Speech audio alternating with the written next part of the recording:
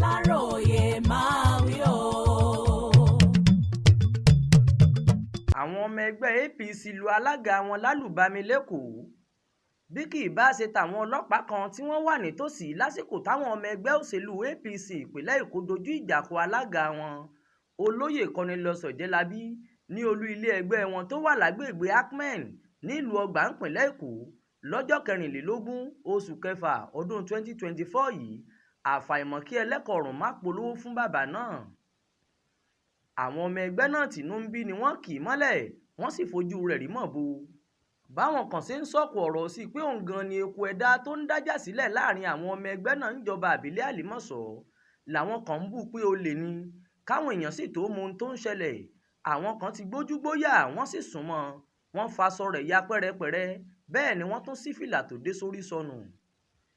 Kí wọ́n má bàa fìbínú lù pa ló jẹ́ káwọn agbófinró kan tí wọ́n ń pèsè ààbò fáwọn aráàlú tí wọ́n wà nítòsí tètè kì í mọ́lẹ̀.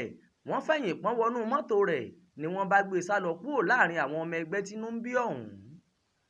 Aláròyé gbọ́ pé onírúurú ìpèníjà ní ẹgbẹ́ APC ìpínlẹ̀ Èkó ń rí kojú lọ́wọ́ báyìí, pàápàá jùlọ báwọn aláṣẹ ẹgbẹ́ náà kò ṣe tí ì rojú sí rògbòdìyàn tó ń ṣẹlẹ̀ láàrin àwọn ọmọ ẹgbẹ́ yìí níjọba ìbílẹ̀ Àlímọ̀ṣọ́ títí di bá a ṣe ń sọ yìí. A gbọ́ pé èyí ló mú kí àwọn ọmọ ẹgbẹ́ náà láti ìjọba ìbílẹ̀ Àlímọ̀ṣọ́ lọ fi ẹ̀dùn ọkàn wọn ní ilé ẹgbẹ́ wọn lórí bí alága ẹgbẹ́ wọn ọ̀gbẹ́ni Cornelius Ọ̀jẹ́lábí ṣe fọwọ́ yẹpẹrẹ mú ọ̀rọ̀ bàǹtàbàǹtà kan tó ń lọ láàrin àwọn olóyè ẹgbẹ́ náà níjọba ìbílẹ̀ àtàwọn ọmọ ẹgbẹ́ yòókù. Ẹ̀sùn pé alága yìí ń ṣègbè lẹ́yìn àwọn olóyè ẹgbẹ́ kan ni wọ́n fi kàn án, tí wọ́n sì lérí pé àwọn yóò fìyà jẹ. Ohun tó wá fàjà ní bí alága náà ṣe kàn nípa fáwọn tó ń fẹ̀hónú hàn náà pé àwọn olóyè ẹgbẹ́ tí wọ́n fẹ̀sùn kàn gbọ́dọ̀ wà lórí ìjókòó kí ọ̀rọ̀ náà tó ṣeé sọ. Èyí ni wọ́n ló bí àwọn ọmọ ẹgbẹ́ tí wọ́n wá fẹ̀hónú hàn nínú ńlọrọ̀ bá di sọ ata yanyan.